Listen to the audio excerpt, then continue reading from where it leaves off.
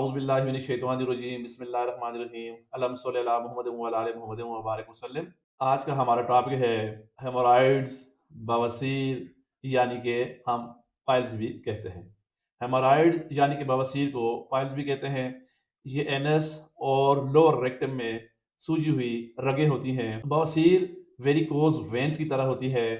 بواسیر rectum کے اندر بھی ہوتی ہے، جسے ہم انٹرنل ہیمورائڈز کہتے ہیں، اور یہ اینس کے گرد اسکن کے اندر بھی ہوتی ہے، جس کو ہم ایکسٹرنل ہیمورائڈز کہتے ہیں۔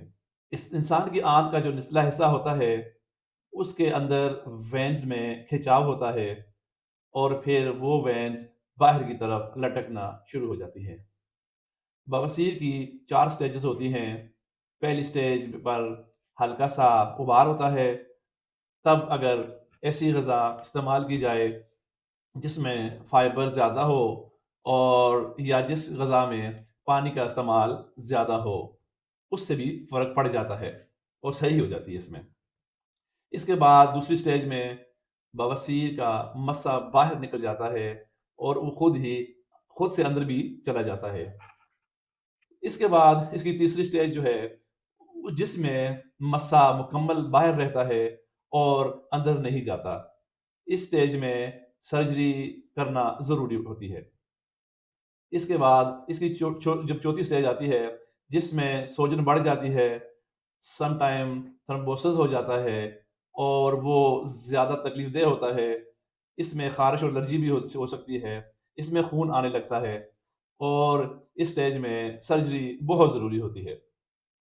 اسی علامات کے اگر ذکر کریں، سمپٹمز کو ہم کہتے ہیں: پاخانے کے بعد خون آنا، پاخانے کی جگہ خارش ہونا، سٹول پاس کرنے کے بعد اس جگہ پہ درد اور جلن ہونا، پاخانے کی جگہ پر سوجن ہو جانا۔ اگر اس کی وجوہات دیکھی جائیں، ان میں واش روم میں زیادہ جو بیٹھتے ہیں لوگ، وہ لوگوں کو ہوتی ہے۔ لمبے عرصے سے قبض ہونا، یا لمبے عرصے سے ڈائریا رہنا، موٹاپا، پریگننسی میں اکثر خواتین کو بھی یہ ہو جاتی ہے۔ لو فائبر ڈائٹ کا استعمال کرنا، اس کی بھی علامات ہوتی ہے۔ جو لوگ لو فائبر ڈائٹ استعمال کرتے ہیں، ان کو بھی پائلز کا پرابلم زیادہ ہوتا ہے۔ ریگولرلی بھاری چیزیں اٹھانا، ایکسرسائز کرنا، ہیوی لفٹنگ کرنا، اس سے بھی پائلز ہوتا ہے کہ وہ رگیں ابھر جاتی ہیں۔ اس سے بچنے کا کیا طریقہ کار ہونا چاہیے؟ اس کی پریونشن میں ہم آپ کو بتاتے ہیں۔ ایسی خوراک استعمال کریں جس میں فائبر زیادہ ہو، جیسا کہ دالیں، سبزیاں، فروٹس، اناج، گاجر، کیلا وغیرہ استعمال کریں۔ پانی زیادہ استعمال کریں، روزانہ 6 سے 8 گلاس استعمال کریں۔ اس سے سٹول سخت نہیں ہوتا، تو پائلز کا پرابلم کم ہو جاتا ہے خطرہ۔ فائبر سپلیمنٹس کا استعمال کریں، ایکسرسائز کریں، زیادہ تر بیٹھنے سے گریز کریں۔ یہ بیماری اکثر خواتین میں انیمیا کا باعث اس لیے بنتی ہے کہ کیونکہ بلیڈنگ زیادہ ہو جاتی ہے خواتین کو، اور وہ خواتین شرماتی ہیں، تو ڈاکٹرز کے جانے میں جھجک محسوس کرتی ہیں۔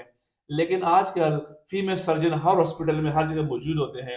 ان سے آپ رابطہ کریں، ان سے آپ ڈسکس کریں، اور ان سے اپروائڈ بھی کرا سکتے ہیں۔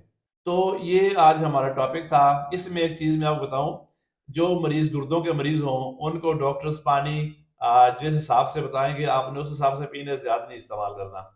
تو یہ ہماری ویڈیو تھی آج ہیمورائڈس پہ۔ آپ کو میرے خیال اس بات کی سمجھ آ گئی ہوگی۔ ہم لوگ بہت سادہ زبان میں اس لیے بناتے ہیں کہ ہم خاص اور عام کو اس بیماری کے بارے میں علم ہو جائے۔ فروٹ زیادہ استعمال کریں، ایکسرسائز کریں، فائبر والی چیزوں کو زیادہ استعمال کریں، تو اللہ پاک آپ کو شفا دے گا۔ ہماری ویڈیو آج آپ کو پسند آئی ہے تو اس کو لائک کریں، شیئر کریں، اور ہماری حوصلہ افزائی بڑھائیں۔ انشاءاللہ ہم آپ کو ہر بیماری کے بارے میں آسان الفاظ میں بتاتے رہیں گے۔ جزاک اللہ۔ السلام علیکم۔